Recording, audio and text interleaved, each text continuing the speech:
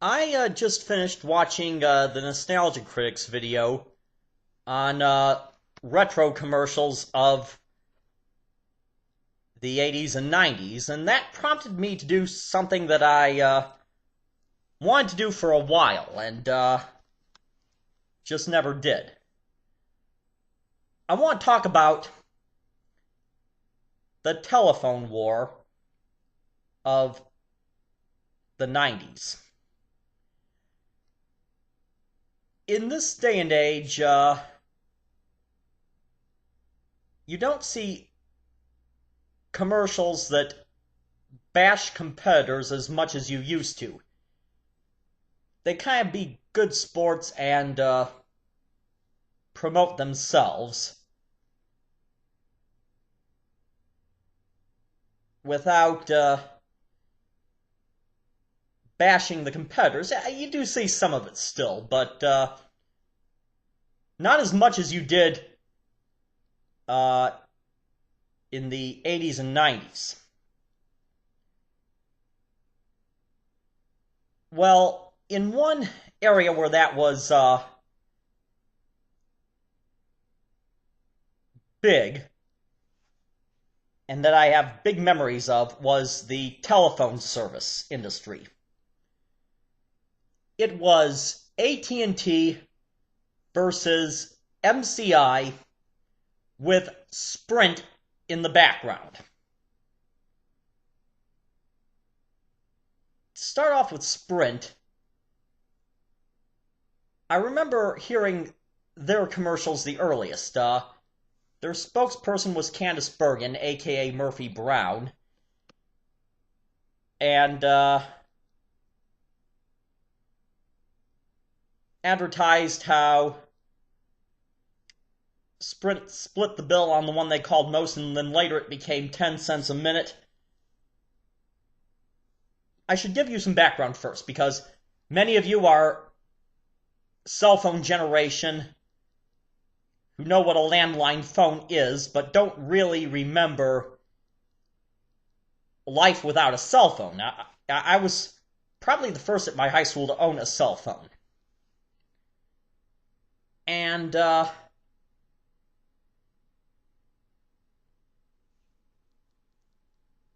so all these commercials kept advertising that they're going to save you the most money on your long distance calls. And so you had Sprint, and then you had MCI versus AT&T.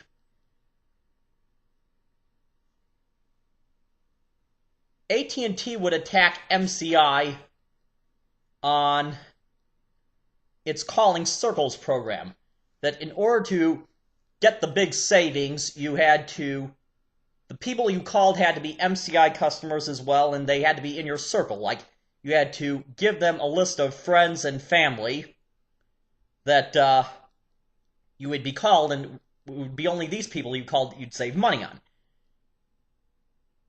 And then they countered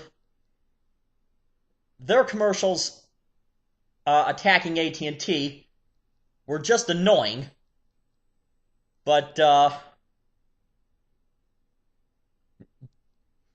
made no defense of their circles for whatever reason. But when they advertised with percentages. 20% off, 40% off, 44% off. Well, percent of what? How about giving us a dollar amount? Percent means nothing to me. Now, part of this phone war front, one front in this phone war was the war on collect calls. Now, for those of you too young to know what a collect call is, before payphones were replaced by cell phones, you walked up to a payphone, you put a quarter in, or however much money it asked for. If you didn't have a quarter, you could try making a collect call. That is, you would hit 0 for operator, say, I want to make a collect call to this number. The operator would call that person and say, do you accept the call from this person? And if they did yes, then the charges for that call would be charged to the person you're calling. Well, Sprint's collect call number was 1-800-OPERATOR. I believe that they were Sprint. Then there was 1-800-COLLECT. They would always advertise as never call collect while dialing 0. That costs the people you call a lot of money. Dial 1-800-COLLECT. It saves the people you call up to 44%. Up to and 44% of what again?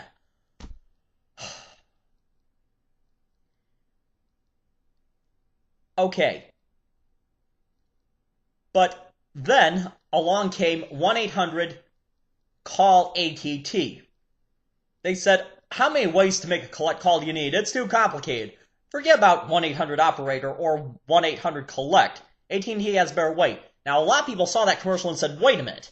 Isn't 1-800-COLLECT AT&T?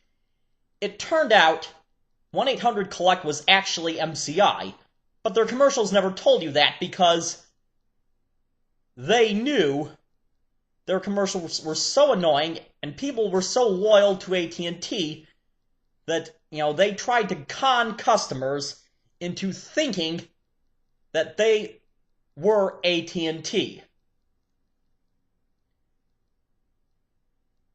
Well, it just got so obnoxious. Eventually, in the latter part of the 90s, they introduced the 10 numbers, which were replaced by the 1010 numbers. You dial 10, 10, and then 3 digits, depending on the company, and that would save you a certain amount, without having to join any phone provider's service. And then IDT surfaced, offering their nickel plan, 5 cents a minute to the nation, and advertising of how they didn't round up to the next minute, and saved money on commercials by not using celebrities, and that's how they were able to charge so little. So that is the story of the telephone wars and where it ended up.